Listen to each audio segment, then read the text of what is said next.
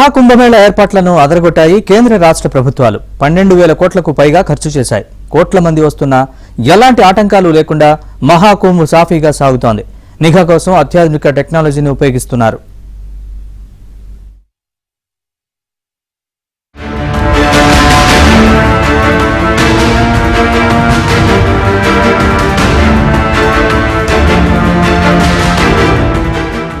మహాకుంభ సందర్భంగా భద్రతా ఏర్పాట్లపై దృష్టి పెట్టింది ప్రభుత్వం.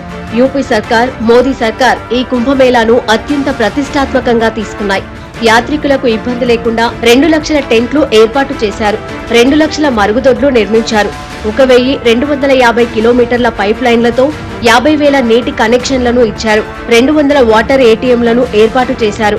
400 కిలోమీటర్ల తాత్కాలిక రోడ్లను నిర్మించారు. 30 తేలియాడే వంతెనలు నిర్మించారు. 1800 హెక్టార్లలో పార్కింగ్ ఏర్పాట్లు చేశారు. 15,000 మంది శానిటేషన్ సిబ్బంది రేయింబవళ్లు పనిచేస్తున్నారు. పటిష్ట నిఘా కోసం డ్రోన్లను వాడుతున్నారు. నీటిలో మునిగి నిఘా ఉంచే డ్రోన్లు, కంట్రోల్ సెంటర్ తో పర్యవేక్షణ వంటి ఏర్పాట్లు చేస్తున్నారు. 56 మంది సైబర్ సెక్యూరిటీ నిపుణులను మోహరించారు. 13,000 రైళ్లను వేశారు. పడవల్లోనూ అంబులెన్స్లను ఏర్పాటు చేశారు. ఈ వాటర్ అంబులెన్స్లు నదిలో తిరుగుతూ పేషెంట్లను ఆదుకుంటాయి.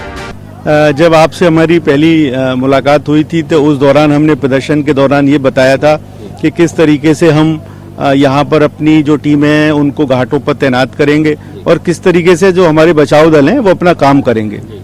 उन्हीं कामों में सहायक है ये वाटर एम्बुलेंस। ये वाटर एम्बुलेंस यही संगम क्षेत्र में तैनात रहेगी और इसमें जो भी आधुनिक उपकरण हैं जैसे मल्टीपैरा मॉनिटर है, ऑक्सीजन सिलेंडर है, इसमें एडी मशीन वगैरह है और जो भी बेसिक इक्विपमेंट एक बेसिक लाइफ सपोर्ट को चाहिए वो सारे इसमें इक्विपमेंट मौजूद हैं।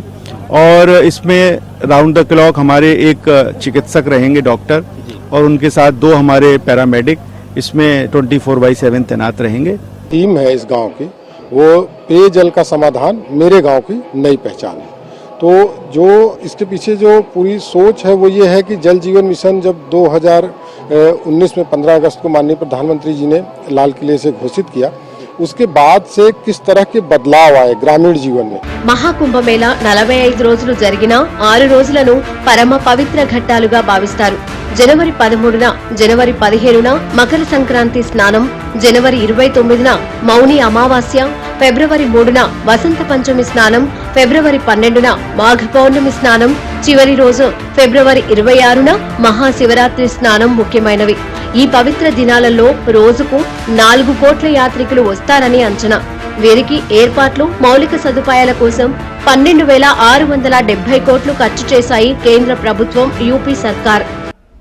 The natural situations have not changed, social situations have changed.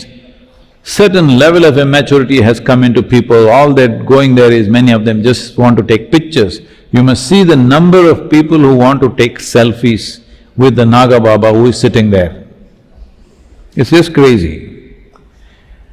But anyway, as a cultural phenomena, it's one of the most fantastic things on the planet because the last Kumbh, Mahakumbh, in 2012, on probably the Makar Sankranti day or one of the important days, on one day there were 40 crore people, 400 million people, one day. And everything goes smoothly, without any commotion, without anybody, nothing, very easy and nice, men and women and children, all kinds of people. 400 million people in one place, and it's well managed. పుణ్యస్నానాలు ఆచరించేందుకు కొందరు, పర్యాటక అనుభూతి కోసం మరికొందరు, సత్యాన్వేషణలో ఇంకొందరు యాగ్రాజ్ లో జరిగే మహాకుంభమేళాకు రకరకాల భక్తులు తరలి వస్తారు. పెద్ద సంఖ్యలో విదేశీయులు సైతం హాజరవుతారు. యుద్ధ క్షేత్రాలైన రష్యా, ఉక్రెయిన్ నుంచి కూడా చాలా మంది ప్రయాగ్రాజ్ వస్తున్నారు. వారు శాంతి కోసం తపస్సు చేస్తారట. ఈ 45 రోజులు ప్రయాగ్రాజ్ మినీ వరల్డ్ ను తలపిస్తుంది. शास्त्र कहते हैं 7 तीर्थ राजो जयति प्रयाग। ये पूर्ण कुंभ है।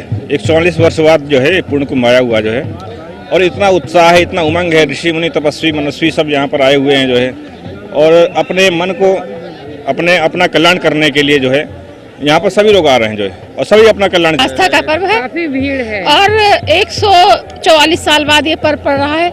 और हम लोगों का सौभाग्य है कि हम लोगों के जीवन काल में पड़ रहा है। तो बहुत बहुत हम लोग योगी जी, मोदी जी को धन्यवाद देते हैं कि इतनी अच्छी बृहद व्यवस्था करवाई है। और हम लोग बहुत प्रसन्न हैं, बहुत खुश हैं। और अभी ये भीड़ और बढ़ेगी, अभी तो कुछ नहीं, शुरुआत है। ధన్యవాదాలు. కుంభమేళా మహాశివరాత్రి రోజు ముగిసినా మరికొన్ని రోజుల పాటు భక్తులు ఉంటారు. వీరందరికీ 24 గంటలు విద్యుత్, మంచినీటి సౌకర్యం కల్పించారు. టెంట్లు తాత్కాలికమే అయినా యాత్ర ముగిశాక కూడా వాటిని మరికొన్ని రోజుల పాటు అలానే ఉంచుతారు. 1954లో జరిగిన మహాకుంభమేళాలో తొక్కిసలాట జరగడంతో వందలాది మంది మృత్యువాత పడ్డారు. అలాంటి ప్రమాదాలు జరగకుండా తగిన జాగ్రత్తలు తీసుకుంటున్నారు. ప్రధాని నరేంద్ర మోదీనే కుంభమేళా ఏర్పాట్లను ప్రత్యక్షంగా పర్యవేక్షించారంటే ఎంత కేర్ తీసుకుంటున్నారో అర్థం చేసుకోవచ్చు.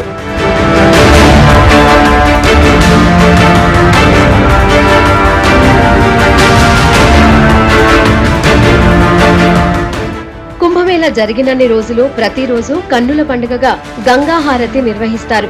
శంకర్ మహాదేవన్, కైలాష్ ఖేర్, సోను నిగమ్, శ్రేయా ఘోషల్, విశాల్ భరద్వాజ్, హేమ మాలిని లాంటి వారి స్టేజ్ ప్రోగ్రాంలు ఏర్పాటు చేశారు. మహాకుంభలో పలు ప్రపంచ రికార్డులు సృష్టించేందుకు ప్రయత్నిస్తున్నారు.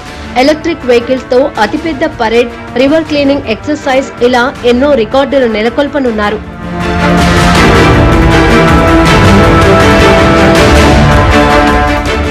మహాకుంభమేళాకు వెళ్లే భక్తులు మోసగాళ్ల బారిన పడే ఛాన్స్ ఉంది కాబట్టి అప్రమత్తంగా ఉండాలి. ఇప్పటికే ట్రావెల్ ఏజెంట్లు చెలరేగిపోతున్నారు. ప్రయాగ్రాజ్ లో ఉష్ణోగ్రతలు బాగా పడిపోయాయి. నీరు కూడా ఐస్ ను తలపిస్తోంది. దీనికి తగ్గట్లు భక్తులు ఏర్పాట్లు చేసుకోవాలి. सनातन धर्म का ठंड से ये प्रभु की कृपा है जो हम लोग यहाँ पर आए हैं और ठंड इसका लड़ने की शक्ति सनातन देता है और हम लोग मनोबल को बढ़ाते हुए भगवान की कृपा से हम लोग तीर्थराज प्रयागराज में उपस्थित हैं और संगम नगरी पर स्नान हुआ और ठंड तो नहाने से पहले ही लग रहा है, नहाने के बाद बिल्कुल ही ठंडा नहीं है। और सीताराम जी की कृपा है कि ये सब लोग आए हैं हमारे पीछे और आप लोग देख ही रहे हैं तमाम, और सारे धर्म के अनुयायी यहाँ लोग उपस्थित हैं तीर्थराज प्रयागराज में। ठंड के बारे में तो यही कहेंगे, यहाँ आके तो हमको ठंड नहीं लग रही है। वैसा नहीं है कि ठंड लग रही है कि नहीं लग रही है, ठंड तो यहाँ एकदम नहीं है। यहाँ घूमना फिरना, इधर उधर नई नई चीज़ें देखना, ऐसी साफ सफाई और यहाँ गंगा नहाने के बाद बहुत ही अच्छा लग रहा है। मतलब उससे पहले ठंड तो एकदम लग ही नहीं रहा था, इसके बाद तो और नहीं लग रहा है। हाँ, लेकिन सनातन का इतना प्रभाव है कि लोग आकर के स्नान करें, ठंडा नहीं लग रहा है। हम लोग रहने वाले बलिया के हैं। ప్రయాగ్రాజ్ వెళ్లిన వారు, ముఖ్యంగా దూర ప్రాంతాలైన తెలుగు రాష్ట్రాల నుంచి వెళ్లిన వారు అయోధ్యను దర్శించుకోవచ్చు. ప్రయాగ్రాజ్, అయోధ్య మధ్య దూరం 180 కిలోమీటర్లు. వారణాసికి జస్ట్ 130 కిలోమీటర్లే. సో మహాకుంభకు మీరు వెళ్తే జాగ్రత్తగా ప్లాన్ చేసుకోండి.